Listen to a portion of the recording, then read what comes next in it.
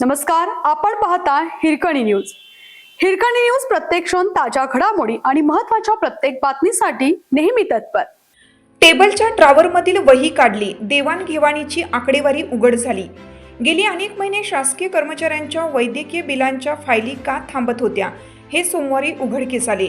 जिल्हा शल्यचिकित्सक कार्यालयातील पहिल्या मजल्यावरील ड्रॉवरमध्ये लाल नोंदवही सापडली आहे आणि देवाणघेवाणीची आकडेवारी समोर आली.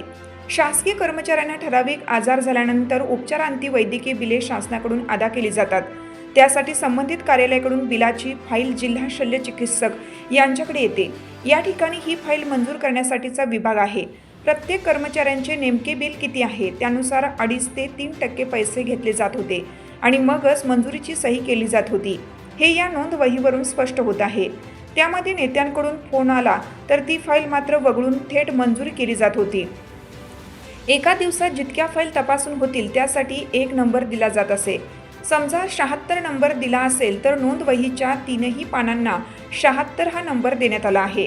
या प्रत्येक पानावर कोणाची फाईल होती आणि त्याच्या वैद्यकीय बिलाची रक्कम किती हे लिहिलेलं असून त्यापुढे किती पैसे त्याच्याकडून घेतले त्याचाही उल्लेख आहे. त्यानंतर तिसऱ्या पानाच्या शेवटी 76 नंबरचे 1.5 लाख रुपये मॅडमांना दिले असा स्पष्ट उल्लेख करून त्याखाली 28 मार्च 2025 अशी तारीखही लिहिली आहे. अशी 52 पाने लिहिण्यात आली असून पानाच्या शेवटी काही ठिकाणी लाल शाईच्या पेनने किती पैसे दिले याचा उल्लेख आहे. संजय पवार, विजय देवणे, संतोष रेडेकर, मंजित माने, अवधूत साळुंके, संजय जाधव, पप्पू कोंडेकर, राहुल माळी, अक्षय पाटील, अभिजित बुकशेट, युवराज जाधव, अनिकेत घोटणे, प्रवीण पालव, सुरेश पाटील आदी उद्धव सेनेचे पदाधिकारी कार्यकर्ते यावेळी उपस्थित होते. वहीत काही विशिष्ट राजकीय पक्षांच्या नेत्यांची नावे आहेत. हे दोन्ही नेते नेहमी CPR जिल्हा परिषदेत दिसत असतात. त्यांना किती तारखेला किती पैसे दिले याचाही उल्लेख वहीत आहे. हे सर्व नोंद असलेली वही नेमकी कुठे आहे याची माहिती उद्धव सेनेचे उपनेते संजय पवार यांना एका खबऱ्याने दिली होती. त्यामुळे फायली तपासण्यासाठी म्हणून सर्वजण पहिल्या मजल्यावर गेले आणि पवार यांनी या टेबलच्या 2 नंबरच्या ड्रॉवरमधील वही बाहेर काढा म्हणून सांगितलं. ही वही बाहेर काढण्यात आली आणि आतापर्यंत सोबत असलेला शिपाई तेथून सटकला. या ठिकाणी 2 वर्षापासूनच्या फायली असल्याचा आरोप यावेळी करण्यात आला.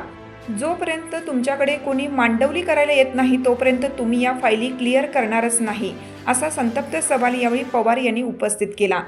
महाराष्ट्र विधिमंडळाचे हिवाळी अधिवेशन नागपूर येथे सुरू झालं असून त्याच्या पहिल्याच दिवशी कोल्हापुरात हा प्रकार उघडकीस आला. त्यामुळे हे सर्व प्रकरण अधिवेशनामध्ये उपस्थित होण्याची शक्यता असून तशी यंत्रणाही कामाला लागली आहे.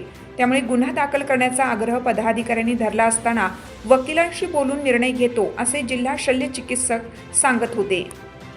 आपल्या हिरकणी न्यूज चॅनलला लाईक करा, शेअर करा आणि सबस्क्राईब करायला विसरू नका आणि रहा अपडेट.